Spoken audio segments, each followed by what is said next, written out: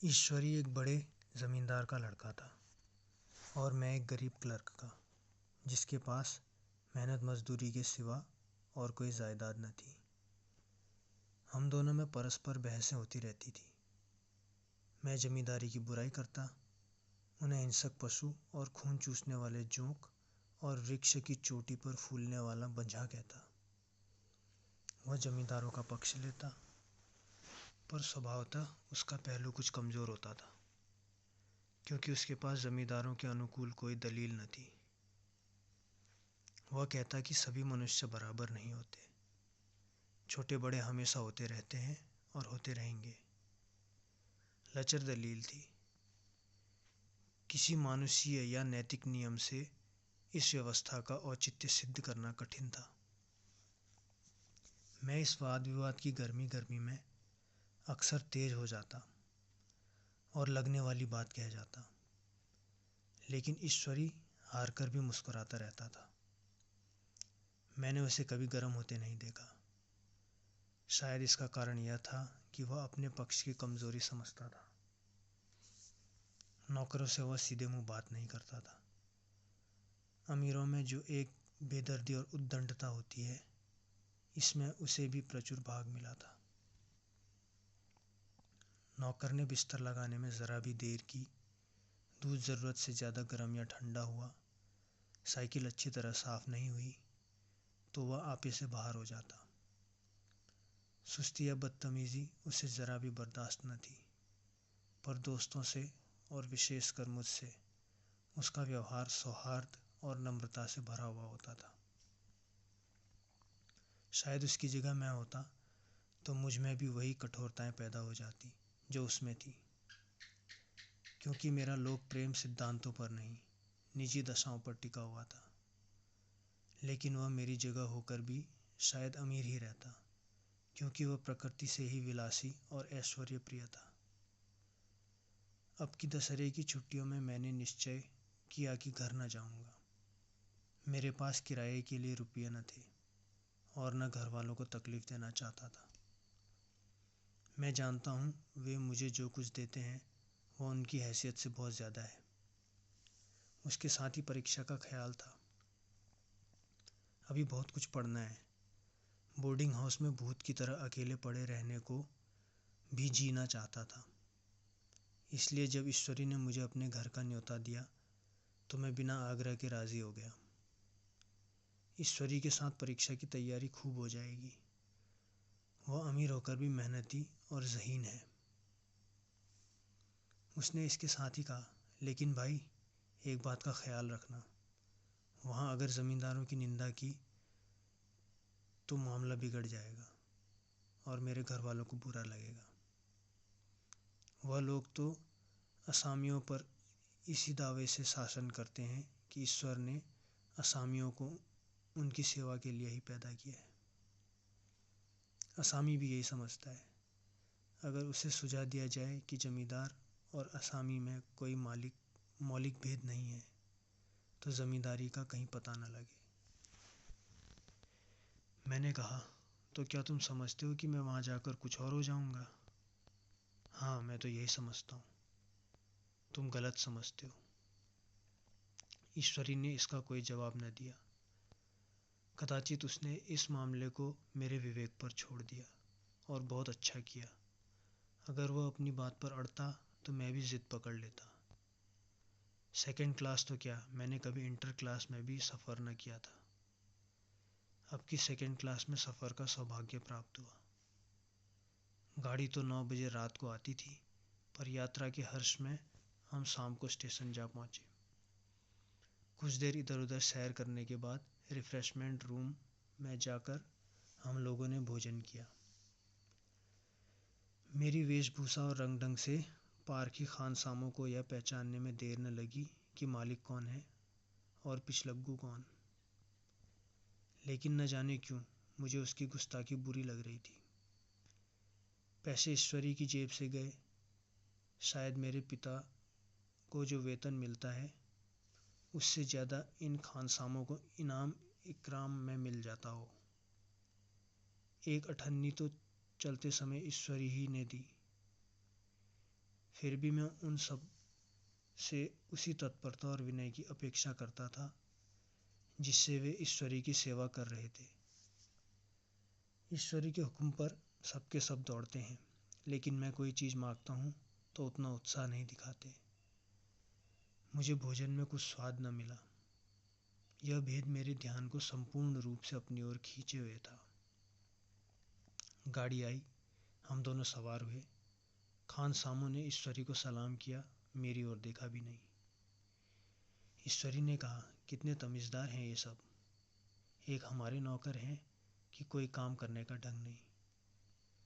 मैंने खट्टे मन से कहा, इसी तरह अगर तुम नौकरों को भी 8 आने रोज़ इनाम दिया करो तो शायद इनसे ज़्यादा तमीज़दार हो जाएं। तो क्या तुम समझते हो यह सब केवल इनाम के लालच में इतना अदम करते हैं? जी नहीं, कदापि नहीं। तमीज़ और अदब तो इनके रक्त में मिल गया है। गाड़ी चली। डाक थी। प्रयाग से चली तो प्रतापगढ़ जाकर रुकी। एक आदमी ने हमारा कमरा खोला। मैं तुरंत चिल्ला उठा, दूसरा दर्जा है, सेकंड क्लास है। उस मुसाफिर ने डिब्बे के अंदर आकर मेरी ओर एक विचित्र उपेक्षा की दृष्टि से देखकर कहा, जी हाँ, सेवा कितना समझता है, और बीच वाले बर्थ पर बैठ गया। मुझे कितनी लज्जा आई कह नहीं सकता। भोर होते होते हम लोग मुरादाबाद पहुँचे। स्टेशन पर कोई आदमी हमारा स्वागत करने के लिए खड़े थे। 2 भद्र पुरुष थे, 5 बेगार। बेगारों ने हमारा लगेज उठाया। दोनों भद्र पुरुष पीछे पीछे चले। एक मुसलमान था, रियासत अली। दूसरा ब्राह्मण था, राम हरख। दोनों ने मेरी ओर अपरिचित नेत्रों से देखा, मानो कह रहे हैं, तुम कौवे होकर हंस के साथ कैसे? रियासत अली ने ईश्वरी से पूछा, यह बाबू साहब क्या आपके साथ पढ़ते हैं? ईश्वरी ने जवाब दिया, हाँ, साथ पढ़ते भी हैं और साथ रहते भी हैं। यूँ कहिए कि आपकी बदौलत मैं इलाहाबाद पढ़ा हुआ हूँ, नहीं कब का लखनऊ चला आया होता। अब कि मैं इन्हें घसीट लाया। इनके घर से कई तार आ चुके थे, मगर मैंने इनकारी जवाब दिलवा दिए। आखिरी तार तो अर्जेंट था, जिसकी फीस 4 आने प्रति शब्द है, पर यहाँ से भी उसका जवाब इनकारी ही गया। दोनों सज्जनों ने मेरी ओर चकित नेत्रों से देखा, आतंकित हो जाने की चेष्टा करते जान पड़े। रियासत अली ने अर्धशंका के स्वर में कहा, लेकिन आप बड़े सादे लिबास में रहते हैं। ईश्वरी ने शंका निवारण की, महात्मा गांधी के भक्त हैं साहब, खद्दर के सिवा कुछ पहनते ही नहीं। पुराने सारे कपड़े जला डाले। यूँ कहूँ कि राजा हैं। 2.5 लाख सालाना की रियासत है, पर आपकी सूरत देखो तो मालूम होता है अभी अनाथालय से पकड़ कर आए हैं। राम हरख बोले, अमीरों का ऐसा स्वभाव बहुत कम देखने में आता है, कोई भाप ही नहीं सकता। रियासत अली ने समर्थन किया, आपने महाराजा चांगली को देखा होगा तो दांतों तले अंगुली दबाते। एक गाड़े की मिर्जई और चौमरौदे जूते पहने बाजारों में घूमा करते थे। सुनते हैं एक बार बेगार में पकड़े गए थे और उन्हीं ने 10 लाख से कॉलेज खोल दिया। मैं मन में कटा जा रहा था, पर न जाने क्या बात थी कि यह सफ़ेद झूठ उस वक्त मुझे हास्यास्पद न जान पड़ा। उसके प्रत्येक वाक्य के साथ मानो मैं उस कल्पित वैभव में समीपतर आता जाता था। मैं सहसवार नहीं हूँ। हाँ, लड़कपन में कई बार लट्टू घोड़ों पर सवार हुआ हूँ। यहाँ देखा तो 2 कला रास घोड़े हमारे लिए तैयार खड़े थे। मेरी तो जान ही निकल गई। सवार तो हुआ, पर बोटियाँ काँप रही थी। मैंने चेहरे पर शिकन न पड़ने दिया। घोड़े को ईश्वरी के पीछे डाल दिया। खैरियत यह हुई कि ईश्वरी ने घोड़े को तेज न किया, वरना शायद मैं हाथ पैर तुड़वा कर लौटता। संभव है ईश्वरी ने समझ लिया हो कि यह कितने पानी में है। ईश्वरी का घर क्या था? किला था। इमाम बाड़े का सा फाटक, द्वार पर पहरेदार टहलता हुआ, नौकरों का कोई हिसाब नहीं, एक हाथी बंधा हुआ। ईश्वरी ने अपने पिता, चाचा, ताऊ आदि सबसे मेरा परिचय कराया और उसी अतिशयोक्ति के साथ ऐसी हवा बांधी कि कुछ न पूछिए। नौकर चाकर ही नहीं, घर के लोग भी मेरा सम्मान करने लगे। देहात के जमींदार लाखों का मुनाफा मगर पुलिस कांस्टेबल को अफसर समझने वाले कई महाशय तो मुझे हुजूर हुजूर कहने लगे। अब जब ज़रा एकांत हुआ तो मैंने ईश्वरी से कहा, तुम बड़े शैतान हो यार, मेरी मिट्टी क्यों पलीद कर रहे हो? ईश्वरी ने दृढ़ मुस्कान के साथ कहा, इन गधों के सामने यही चाल जरूरी थी, वरना सीधे मुंह बोलते भी नहीं। जरा देर के बाद नाई हमारे पांव दबाने आया। कुंवर लोग स्टेशन से आए हैं, थक गए होंगे। ईश्वरी ने मेरी ओर इशारा करके कहा, पहले कुंवर साहब के पांव दबा। मैं चारपाई पर लेटा हुआ था। मेरे जीवन में ऐसा शायद ही कभी हुआ हो कि किसी ने मेरे पांव दबाए हों। मैं इसे अमीरों के चोचले, रईसों का गधापन और बड़े आदमियों की मुटमर्दी और जाने क्या क्या कहकर ईश्वरी का परिहास किया करता था, और आज मैं पोतड़ों का रईस बनने का सौंग भर रहा था। इतने में 10 बज गए। पुरानी सभ्यता के लोग थे। नई रोशनी अभी केवल पहाड़ की चोटी तक पहुंच पाई थी। अंदर से भोजन का बुलावा आया। हम स्नान करने चले। मैं हमेशा अपनी धोती खुद छांट लिया करता हूँ, मगर यहाँ मैंने ईश्वरी की ही भांति अपनी धोती भी छोड़ दी। अपने हाथों अपनी धोती छांटते शर्म आ रही थी। अंदर भोजन करने चले। हॉस्टल में जूते पहले मेज पर जा डटते थे, यहाँ पाँव धोना आवश्यक था। कहार पानी लिए खड़ा था। ईश्वरी ने पाँव बढ़ा दिए। कहार ने उसके पाँव धोए। मैंने भी पाँव बढ़ा दिए। कहार ने मेरे पाँव भी धोए। मेरा यह विचार न जाने कहाँ चला गया था। सोचा था वहाँ देहात में एकाग्र होकर खूब पढ़ेंगे, पर यहाँ सारा दिन सैर सपाटे में कट जाता था। कहीं नदी में बजरे पर सैर कर रहे हैं, कहीं मछलियों या चिड़ियों का शिकार खेल रहे हैं, कहीं पहलवानों की कुश्ती देख रहे हैं, कहीं शतरंज पर जमे हैं। ईश्वरी खूब अंडे मंगवाता और कमरे में स्टोव पर ऑमलेट बनते। नौकरों का एक जत्था हमेशा घेरे रहता। अपने हाथ पांव हिलाने की कोई ज़रूरत नहीं, केवल ज़बान हिला देना काफ़ी है। नहाने बैठो तो आदमी नहलाने को हाजिर, लेटो तो आदमी पंखा झलने को खड़े। मैं महात्मा गांधी का कुंवर चेला मशहूर था। भीतर से बाहर तक मेरी धाक थी। नाश्ते में जरा भी देर न होने पाए, कहीं कुंवर साहब नाराज़ न हो जाएं। बिछावन ठीक समय पर लग जाए। कुंवर साहब के सोने का समय आ गया। मैं ईश्वरी से भी ज़्यादा नाजुक दिमाग बन गया था, या बनने पर मजबूर किया गया था। ईश्वरी अपने हाथ से बिस्तर बिछा ले, लेकिन कुंवर मेहमान अपने हाथों से कैसे अपना बिछावन बिछा सकते हैं? उनकी महानता में बट्टा लग जाएगा। एक दिन सचमुच यही बात हो गई। ईश्वरी घर में था। शायद अपनी माता से कुछ बातचीत करने में देर हो गई। यहाँ 10 बज गए। मेरी आंखें नींद से झपक रही थी, मगर बिस्तर कैसे लगाऊं? कुंवर जो ठहरा। कोई 11:30 बजे महरा आया। बड़ा मुंह लगा नौकर था। घर के धंधों में मेरा बिस्तर लगाने की उसे सुधि ही नहीं रही। अब जो याद आई तो भागा हुआ आया। मैंने ऐसी डांट बताई कि उसने भी याद किया होगा। ईश्वरी मेरी डांट सुनकर बाहर निकल आया और बोला, तुमने बहुत अच्छा किया। यह सब हरामखोर इसी व्यवहार के योग्य हैं।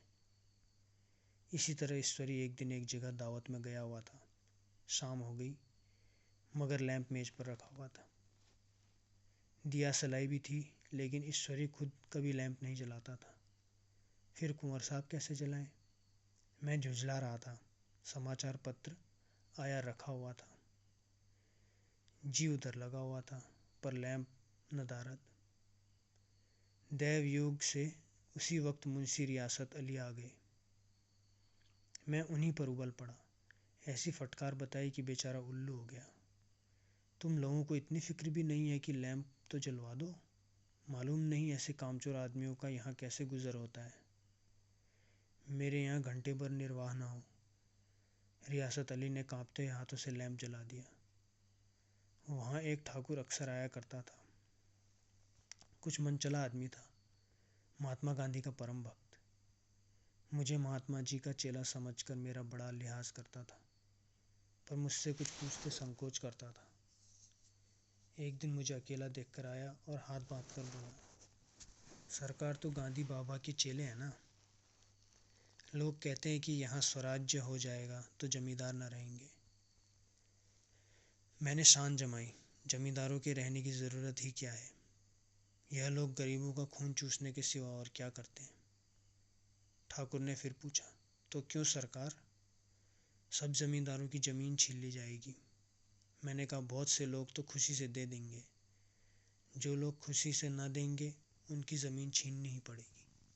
हम लोग तो तैयार बैठे हुए हैं, जो ही स्वराज्य हुआ अपने इलाके असामियों के नाम हिब्बा कर देंगे। मैं कुर्सी पर पांव लटकाए बैठा था।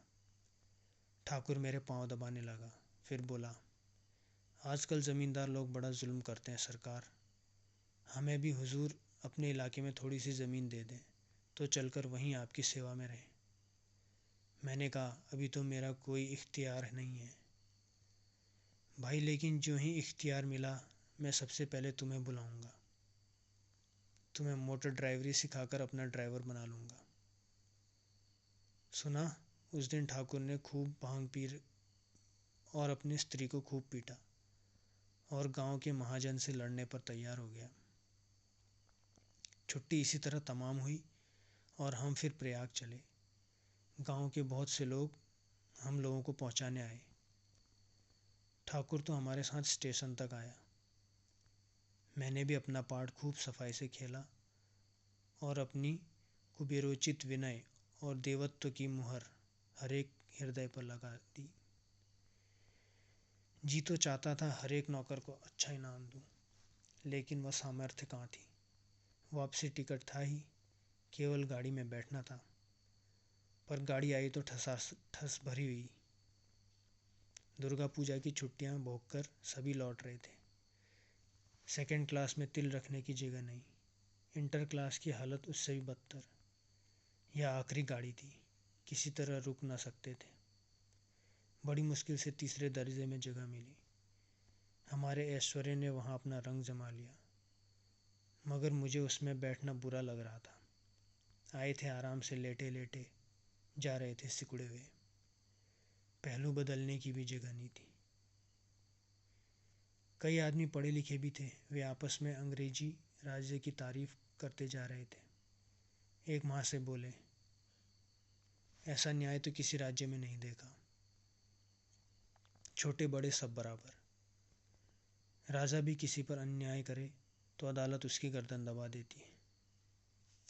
दूसरे सज्जन ने समर्थन किया, अरे साहब, आप खुद बादशाह पर दावा कर सकते हैं, अदालत में बादशाह पर डिग्री हो जाती है। एक आदमी जिसकी पीठ पर बड़ा गट्ठर बंधा था, कलकत्ते जा रहा था। कहीं गठरी रखने की जगह न मिलती थी, पीठ पर बांधे हुए था। इससे बेचैन होकर बार बार द्वार पर खड़ा हो जाता। मैं द्वार के पास ही बैठा हुआ था। उसका बार बार आकर मेरे मुंह को अपनी गठरी से रगड़ना मुझे बहुत बुरा लग रहा था। एक तो हवा यूं ही कम थी, दूसरे उस गंवार का आकर मेरे मुंह पर खड़ा हो जाना मानो मेरा गला दबाना था। मैं कुछ देर तक जब्त किए बैठा रहा। एकाएक मुझे क्रोध आ गया। मैंने उसे पकड़कर पीछे ठेल दिया और 2 तमाचे जोर जोर से लगाए। उसने आंखें निकालकर कहा, क्यों मारते हो बाबूजी, हमने भी किराया दिया है। मैंने उठकर 2-3 तमाचे और जड़ दिए। गाड़ी में तूफान आ गया। चारों ओर से मुझ पर बौछार पड़ने लगी। अगर इतने नाजुक मिजाज हो तो अव्वल दर्जे में क्यों नहीं बैठे? कोई बड़ा आदमी होगा तो अपने घर का होगा, मुझे इस तरह मारते तो दिखा देता। क्या कसूर था बेचारे ने।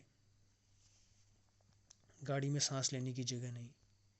खिड़की पर जरा सांस लेने खड़ा हो गया तो उस पर इतना क्रोध। अमीर होकर क्या आदमी अपनी इंसानियत बिल्कुल खो देता है?